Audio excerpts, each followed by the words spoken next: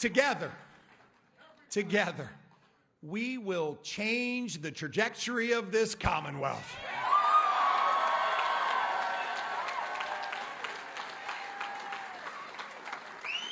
And friends, we are going to start that transformation on day one. Well, friends, there's a new sheriff in town and new deputies, too. We're going to dig deeper today into what that means on a practical level for the issues we care about as Christians, like defense of marriage, protections for unborn babies, and religious freedom. Plus, the gambling industry poured out millions on ads for a new casino, and still, Richmond families defeated it. What's the story behind that? Welcome to Speak Up, Virginia, equipping you to speak up on the life, family, and freedom issues that matter most to you. From the Family Foundation, I'm your host, Candy Cushman, and I'm joined today by our president, Victoria Cobb. Well, to start things off on a light note today, I have been thinking about these memes I sometimes see on social media that have childhood toys from back in the day, and I'm really going to date myself here. But I saw a picture of Silly Putty, and it just brought back these memories of, when my brother and I would go in the store and we'd get all excited by that little red, shiny egg. And then, there was a glow-in-the-dark putty that bounced, and then you could take it and put it on the funny papers and copy what's on there and make little fun characters by stretching them out and everything. And I just wondered, okay, first of all, funny papers for the most part don't even exist today. I don't think anybody's reading those for the most part.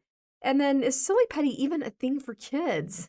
So this is very interesting, actually, because I'd like to say that not all things improve with time. So, right, Silly Putty is still a thing, but they've tried to create new versions, right? So now we have slime. I will tell you, slime is terrible. Slime is this thing, this stuff that they create, but they do similar things with it to Silly Putty. They manipulate it whenever with their hands, but they can actually make it at home with borax and it is awful. And then they have something called Smart Putty. This is even worse. It looks like Silly Putty, but here's the difference. If your child happens to leave it on your sofa, it will in fact ruin your sofa, which Silly Putty would not have. I know this. Why? Because I'm a mother of 4 children and I had a child who ruined a sofa with Smart Putty. Okay, then it doesn't sound very smart. No, this is my point. We try to improve something. Silly Putty, harmless, fun. Everything else since then, not so great. What does Smart Putty do? I just have to know. It is basically the same thing, but it's colorful and it just literally attaches better and it doesn't come off. I also lost a Christmas dress to it with one child where they somehow got it mangled in their Christmas dress. And I don't remember exactly how that happened, but I liked that dress. Okay, so are we just too politically correct and cool as a society to be silly anymore? Now we got to be smart. That's a fair point. I don't know. That's a very good point. But I'm sure kids feel like, hey, Mom, buy me the Smart Putty. Maybe like they have a better edge with their parents to like get them to purchase it because it's smart. It's too smart for its own good. Well, just to dive right into today's topic, even though it's been a week since we basically experienced a political earthquake here in Virginia, we're still feeling the tremors from that and just trying to absorb what it all means, especially for the issues we care about as Christians.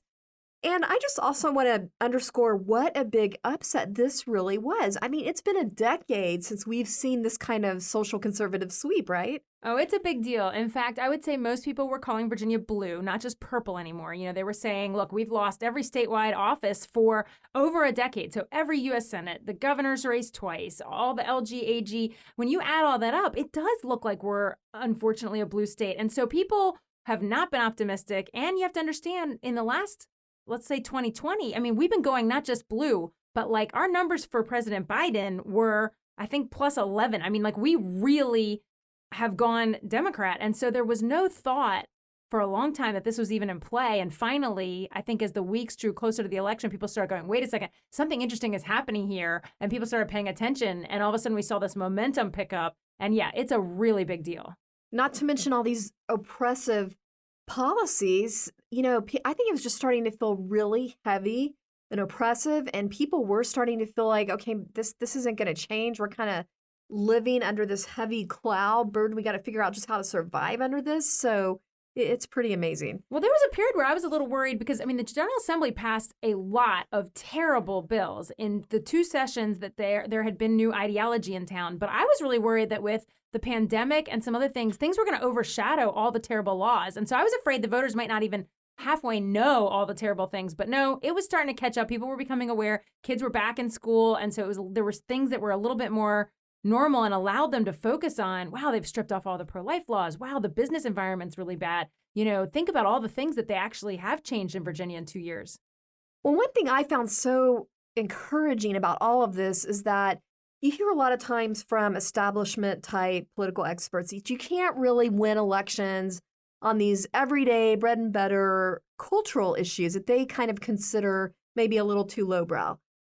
So like on the life issues and parental rights that everyday people care about, they try to push political candidates to stay away from those and stick to what's so-called safe. Things like economy jobs are perceived as safe, but that's not what happened here. No, and I would 100% agree with you. Consultants push candidates very far from that stuff. And early on, I mean, at the Family Foundation, we were really thinking education is going to be the issue. If nothing else, the pandemic and not having kids in school, but then you add to it the critical race theory, we were seeing it. But I will tell you, at the beginning of the campaign, I wasn't sure. They were a little slow to pick up on it. But then things like Loudoun County happened and the parents and really these transgender guidelines that we fought in all these school boards, things started stirring up. And I think the Youngkin campaign started picking up. And certainly when McAuliffe felt the need to say parents weren't really intended to be part of their children's education, well, then obviously it was a whole nother level. Yeah, it did seem like you noticed Glenn Youngkin starting to be looking around, hearing from the parents, and then all of a sudden picking up more steam on that. He was talking about banning critical race theories, talking about school choice, So I definitely think that was a remarkable shift that may have ended up turning the campaign. Do you think?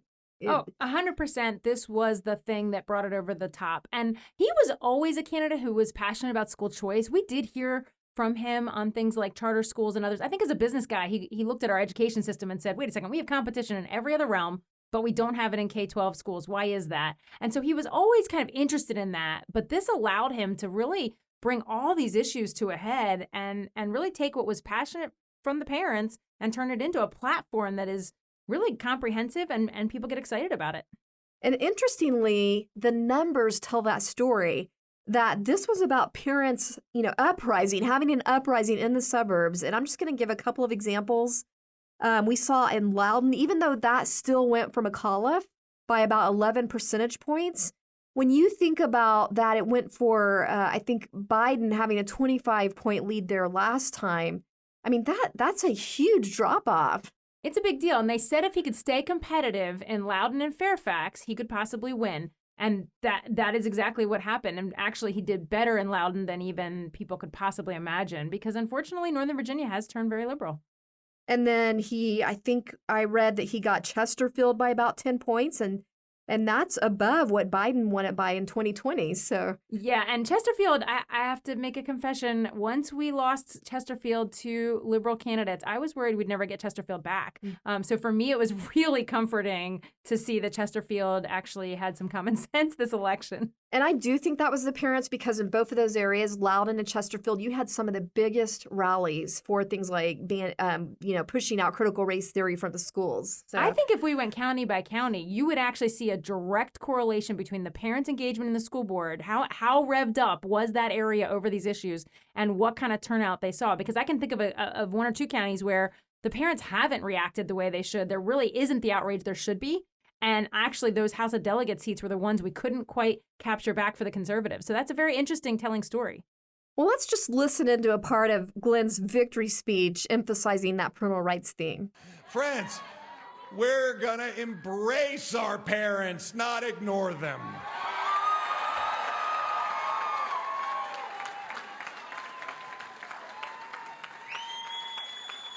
We're going to press forward with a curriculum that includes listening to parents' input, a curriculum that allows our children to run as fast as they can, teaching them how to think, enabling their dreams to soar. Friends, we are going to reestablish excellence in our schools.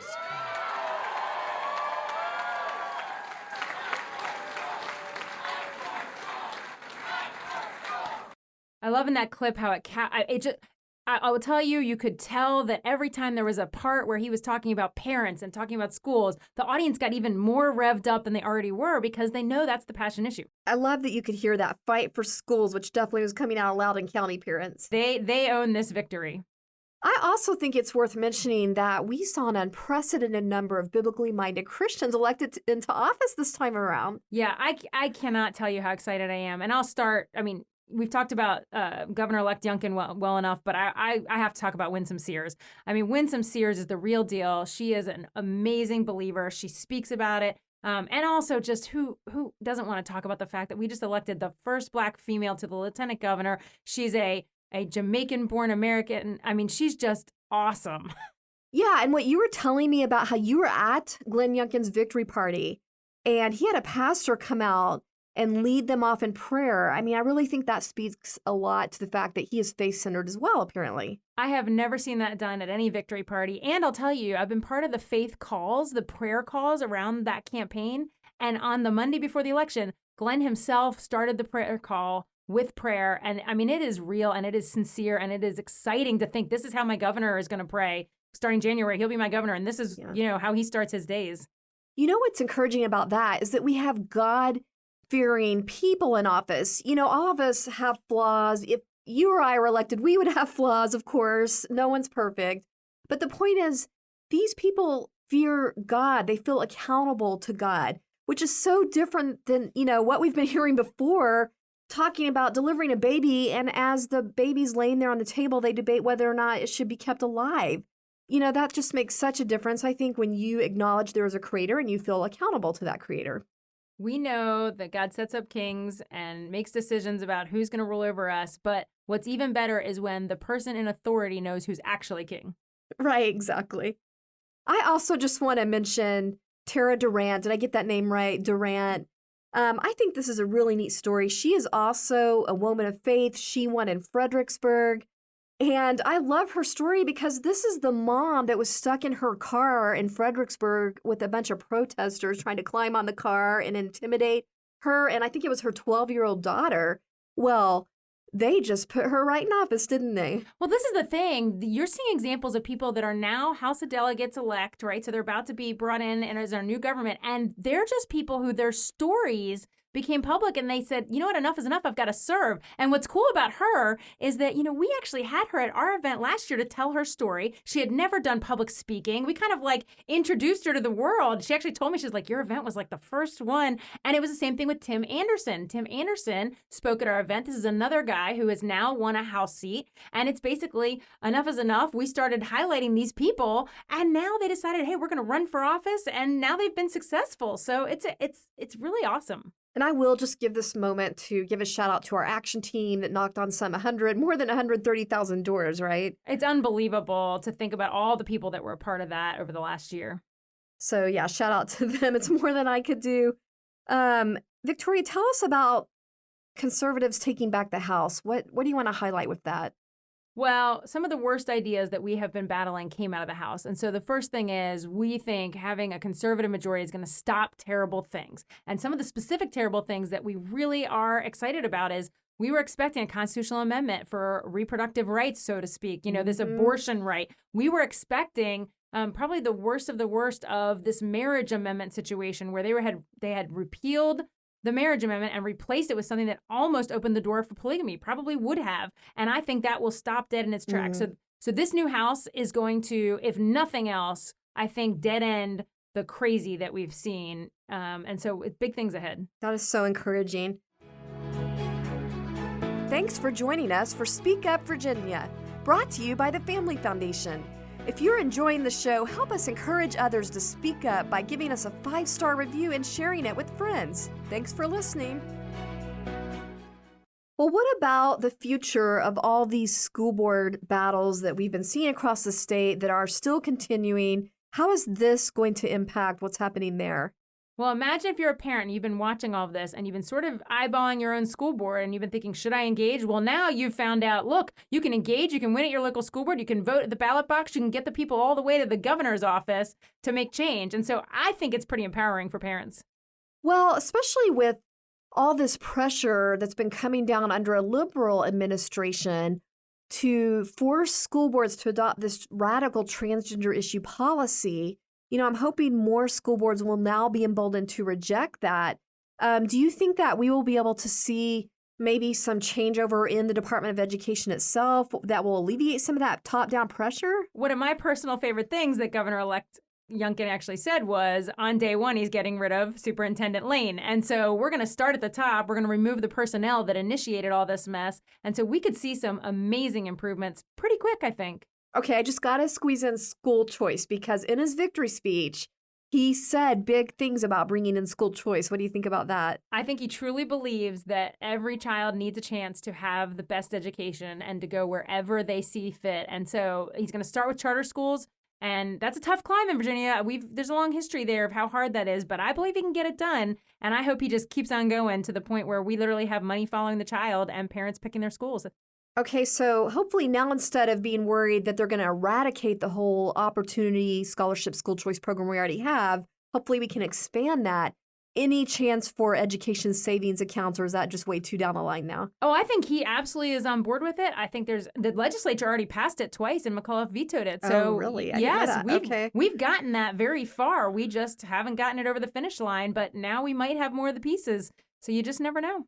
All right, parental authorities, since that was such a big deal in this election, and what kept coming up was the fact that McAuliffe twice vetoed this bill that would have given parents notice if there were sexually explicit reading materials coming up in their classrooms. Do you think maybe that can come back up and get passed through this time? I certainly think there's a lot of opportunity, and I could see that bill passing. And again, once you've gotten something through a bipartisan legislature and now you have a governor, it's a real possibility. All right, well, there's more than enough to talk about. I think we should bleed this over into the next one. We're going to talk about in the next one things like how this is going to affect trying to regain protections for unborn babies, trying to cut out taxpayer funding of the abortion industry. Don't forget about marijuana. Marijuana. We have a lot more to cover. We'll put that off till next time. We're going to dig more deeply into this and look at how this is going to have practical implementation and what the Family Foundation will be pushing for in the light of this new climate that we're in. But in the meantime, Victoria, just leave us with, what are you most excited about, looking forward, getting done?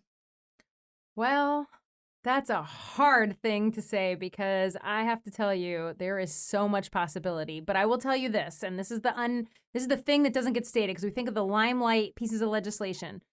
It is mostly about what kind of people are going to lead our Commonwealth. And when I think about 3 born-again Christians standing at the top of our government and the fact that he's openly praying and sincerely praying in public and bringing in pastors, I'm looking for the fact that Christians will be seen as rational again in the public square, that this is okay to be a Christian, to walk out your faith and be governor or lieutenant governor or attorney general. Just, it's a good thing. Yeah, let's just start with the basic steps in that direction.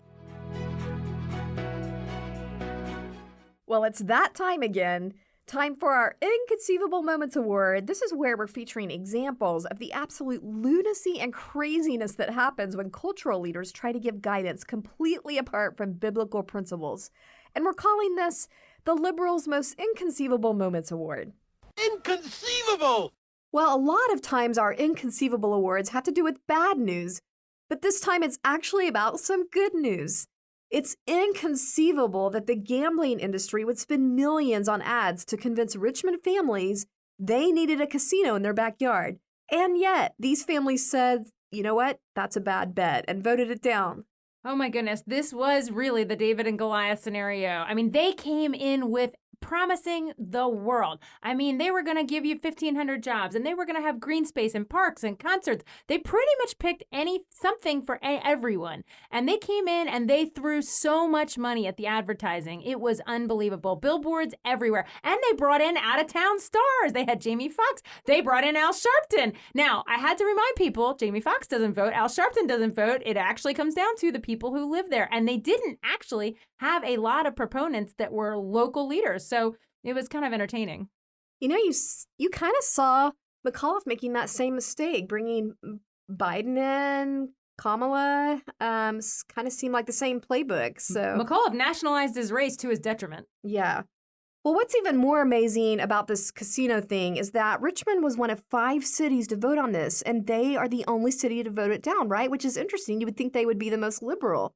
Yeah, I'm pretty wowed by the whole thing. There was a very interesting left-right coalition working against this casino, so that might be a flavor that wasn't present in all the other cities. I know we worked in a lot of these cities, but I didn't have left, sort of more liberal partners opposing the casino. So that may have been a factor that was a little bit different. But I will tell you, they spent... for every vote they were after, they spent $35 a person per vote. And I'll tell you, statewide, that's a $210 million campaign if they had tried to bring this casino to Virginia and tried to buy all the votes. That's insane. And I do know the opponents of the casino's budget was a fraction of that, so we were well outspent. Literally, maybe $150,000. I don't even know where to start. As opposed to millions. But basically 10 to 1 at a minimum, probably more than that. All right, well, I just got to squeeze in another random mention of a good news inconceivable that might have gotten overshadowed on our election night, and that is the Atlanta Braves won the World Series despite the MLB trying to punish them for their election integrity laws. Yeah, it's fantastic. In theory, we were supposed to not be in Georgia because Georgia did the wrong thing, and yet we end up there for all the home games of the Braves, and they win. And of course, this is my husband's team, and my kids everybody was so excited, and it was a great night. That was a huge night for your husband. Yeah, to win the election and the Braves was not a bad thing. He said it was one of the greatest nights ever. I hope that he put it past our marriage and past having children. I'm not salvation. sure. I'm not going to ask, literally what the rank was, but it was a big night. Well, this week could be a toss-up then between the gambling lobbyists and Major League Baseball politics, but I think we're going to have to go with the gambling industry and award the inconceivable award to the gambling industry for rolling the dice with millions of ad money and still failing to convince families who knew better that this casino was just going to bring in more crime, addiction, and suffering. And just a quick reminder that if you would like to send in your nominations for Inconceivable, just email speakupradio@familyfoundation.org. That's speakupradio@familyfoundation.org. Thanks for joining us for this week's Speak Up Virginia, brought to you by the Family Foundation. Visit us at familyfoundation.org. That's familyfoundation.org. See you next time. And don't forget, we are stronger when we speak together.